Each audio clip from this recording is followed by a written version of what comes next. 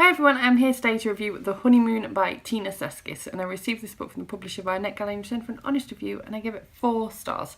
Now this is a psychological thriller which is quite different to any other psychological thriller I've ever read before, because it is set on an island in the Maldives and this couple are on their honeymoon. While on this honeymoon, the husband disappears and it's totally a mystery as to what has happened to him. They don't know whether he's been murdered, whether he has just ran away from his new wife, whether he has sort of just gone into hiding for some reason, whether he has drowned. The options are endless and you can get as creative as you want with what might have happened to him. And this book takes you on so many twists and turns, and you just actually find yourself continually trying to come up with what has happened to him, because this book sends you all over the place. You will have multiple perspectives, but beyond that you also have multiple timelines, so you flip between current day, past time, and you learn more about the couple's relationship as the book goes on through these different perspectives and times, and all is definitely not as it seems, and this is just such a really clever book. The timeline swaps in particular I really enjoyed, and they really helped build up the entire picture slowly as the book goes on. So the protagonist is such an unreliable narrator.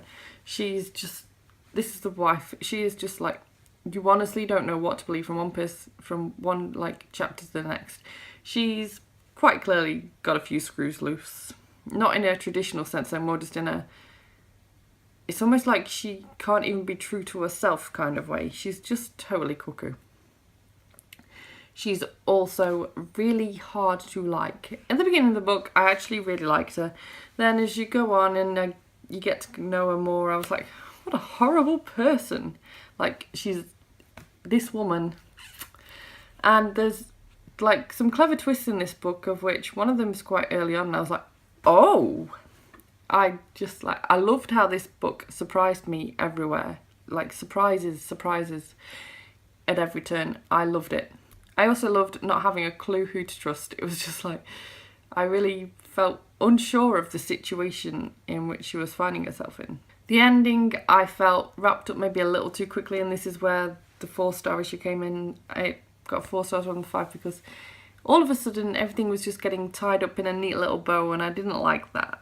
I'd have liked everything to be more fleshed out, maybe to everything not be quite so neat and tidy. The good thing though is that everything is totally explained, even if it is in a neat and tidy bow. So you're not left at the end of the book thinking, but like, it all makes sense in the end. And I will say as well that I did actually correctly guess the fate of the husband. However, it was that, no, I don't want to say that. I want to keep this totally spoiler free. I totally guessed what would happen, but I would never sort of confirmed that guess. I was always changing my mind, going, no, it can't be that.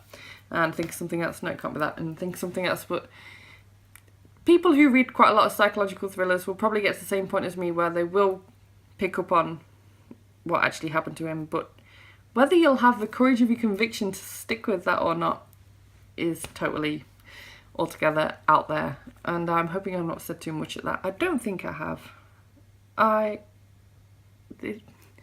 It's such a difficult thing reviewing a psychological thriller. You really shouldn't go into it knowing really anything. If you're watching this video and you've not read this book, I just go and read it. Read it. I also found, just as a quick last thought, that the pacing in this book was a bit meh.